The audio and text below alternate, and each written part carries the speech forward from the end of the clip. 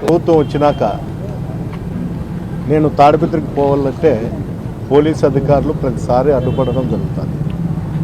ఇప్పుడుకు జగదీష్ గారు ఎస్పీ గారు వచ్చినాక కూడా 3-4 సార్లు కలిసడం జరిగింది. గతంలో ఉండే ఎస్పీలను కూడా కలిసి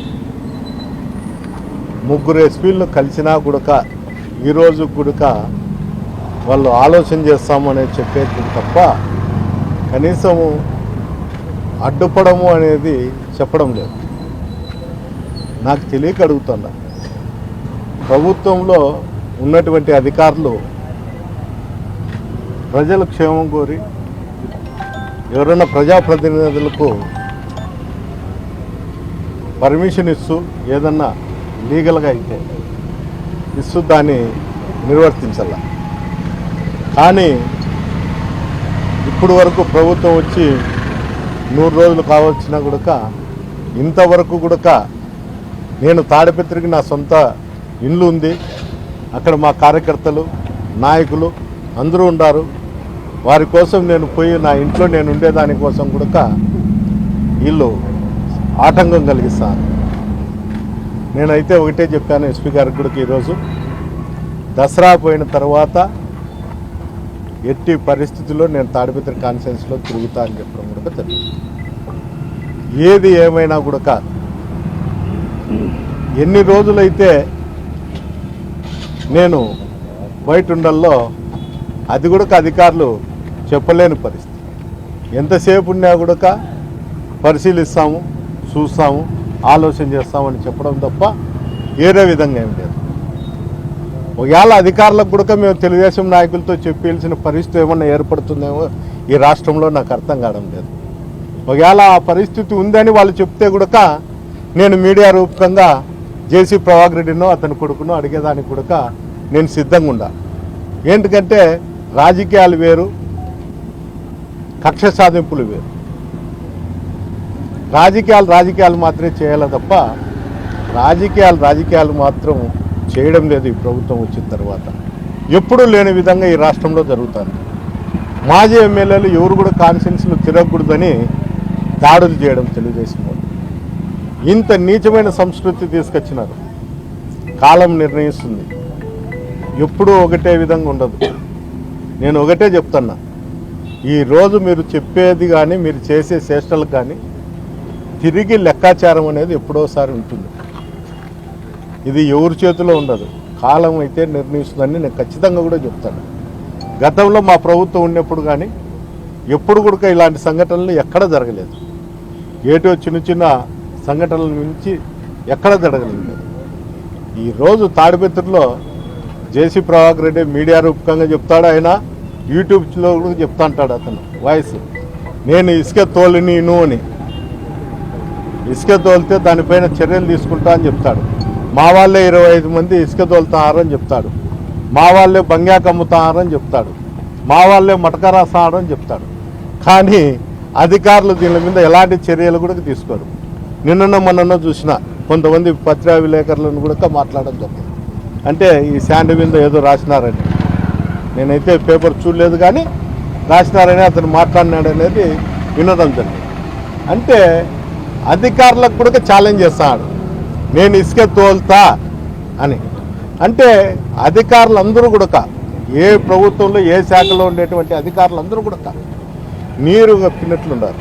అంటే అధికార పార్టీ ఎమ్మెల్యేనో ఎమ్మెల్యే తండ్రో లేకపోతే ఎమ్మెల్యే తమ్ముళ్ళో బావార్దులో అసాంఘిక కార్యక్రమాలు ఏమి చేసినా మేము పట్టించుకోము, మేము దాని జోలికే పోము, సామాన్యుల జోలికి మాత్రమే పోతాము. మాకు అధికారులకు ఇచ్చిండేది కూడా మా ప్రభుత్వం వచ్చిన తర్వాత మాకు ఆర్డర్లు ఉన్నాయి, మాకు ఆర్డర్ వేసినారు అనే విధంగా ప్రవర్తిస్తారు. ఒక మాజీ ఎమ్మెల్యే, ఒక మున్సిపల్ చైర్మన్ నేను ఇసుక తోలుతాండా ఫ్యాక్టరీకి అంటాడు. ఏ సోర్సెస్తో ఇసుక తోలుతాడో నాకు అర్థం కావడం లేదు. కానీ అధికారులకు కూడా చాలామంది, నేను కూడా ఎస్పీ గారికి వీడియో పెట్టినా కూడా ఫలితం లేదు. అంటే ఎవరన్నా కానీ సమాచారం అధికారులకు ఇవ్వచ్చు అని చెప్తాంటారు, అది మాటలకే పరిమితం అవుతుంది కానీ వాళ్ళు చట్టరీత్యా చర్యలు అయితే లేవు.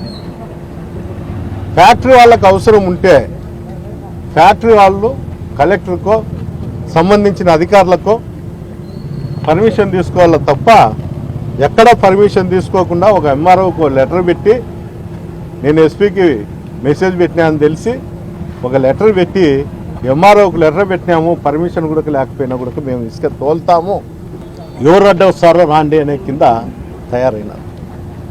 అంటే అధికారం ఉంటే ఏమైనా చేయొచ్చు అనే ఒక ఆలోచనలో ఇప్పుడున్నటువంటి ప్రజాప్రతినిధులు కానీ అందరూ కూడా ఒక నిర్ణయానికి వచ్చినారు.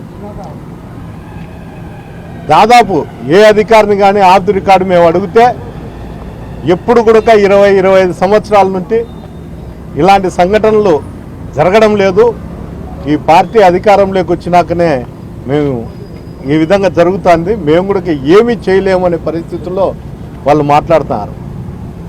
ఈరోజు నేను చెప్పేది కాదు, ఇక్కడ ఉండేటువంటి ప్రెస్ వాళ్ళందరికీ కూడా ప్రతి కాన్ఫరెన్స్లో కూడా మీకు అనుబంధంగా విలేకరు రిపోర్టర్లు ఉంటారు, అందరూ కూడా ఒకసారి రిపోర్టర్లను అడగండి ఆఫ్ ది రికార్డ్ ఏం చెప్తారో. అంటే ఏమి దయచేసి అందరూ ఆలోచన చేసి అధికారులు అందరూ కూడా చర్యలు తీసుకోండి అని ఒకసారి నేను మీకు మీడియా రూపకంగా మీకు తెలియజేయడం జరుగుతుంది. మీరు చర్యలు తీసుకోకుండా ఇదే విధంగా కొనసాగితే నేనైతే జిల్లా హెడ్ క్వార్టర్లో ఇదే ఎస్పీ ఆవరణలో నేను కూర్చోవడం జరుగుతుంది. నేనేం మంది మార్బలంతో కూర్చోను, కానీ ఇప్పుడు వచ్చినట్లు వచ్చి యాదవ్ చెట్టు కింద కూర్చొని నిరసన వ్యక్తం చేయడం మటుకు ఖచ్చితంగా జరుగుతుంది. నన్ను నా కాన్స్టిట్యూన్సీకి పంపించేదానికి మీరు పర్మిషన్ ఇవ్వండి, మీరు అడ్డుపడుకోకపోయినా అయినా కానీ నేను పోతాను, రెండిట్లో ఏదైనా కానీ మీరు తెలియజేస్తే నాకు అదే సార్. ఇంకోటి నాకు ఇదే విధంగా మీరు ఆటంకం కలిగిస్తా అంటే నేను మీ ఎస్పీ ఆవరణలో కూర్చొని ఖచ్చితంగా నిరసన వ్యక్తం చేస్తా అని ఈ సందర్భంగా హైకోర్టు బెయిల్ మంజూరు చేసింది. అంటే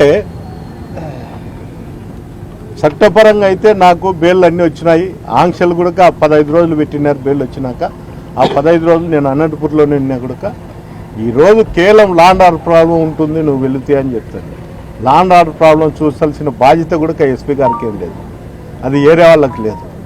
అందువల్ల ఆ లాండ్ ఆర్డర్ ప్రాబ్లం మీరు తీర్చాల తప్ప అనవసరంగా అడ్డం పెట్టుకొని లాండ్ ఆర్డర్ ప్రాబ్లం అని పెట్టుకొని అనవసరంగా నన్ను కాన్ఫరెన్స్ లేకపోకుండా అడ్డుపడడం అయితే మంచిది కాదనేది కూడా చెప్తాను. ఇంకోటి మీరు ఇక్కడ నుండి బందోబస్తుకు ఇక్కడ నుండి కానిస్టేబుల్ పంపిస్తున్నారు, 100 మందినో 50 మందినో ఎప్పుడు కూడా. వీళ్ళందరూ కూడా ఇక్కడ నుండి పోయిన వాళ్ళు అక్కడ మటకా వాళ్ళకి ఏమన్నా ఎస్కార్ట్ ఉన్నారేమో నాకు తెలియదు, కానీ మాకైతే ఎక్కడా కూడా వైఎస్ఆర్సీపీ కార్యకర్తలకు కానీ సామాన్య ప్రజలకు కానీ ఎక్కడ కూడా రక్షణ కల్పించే పరిస్థితి లేదు.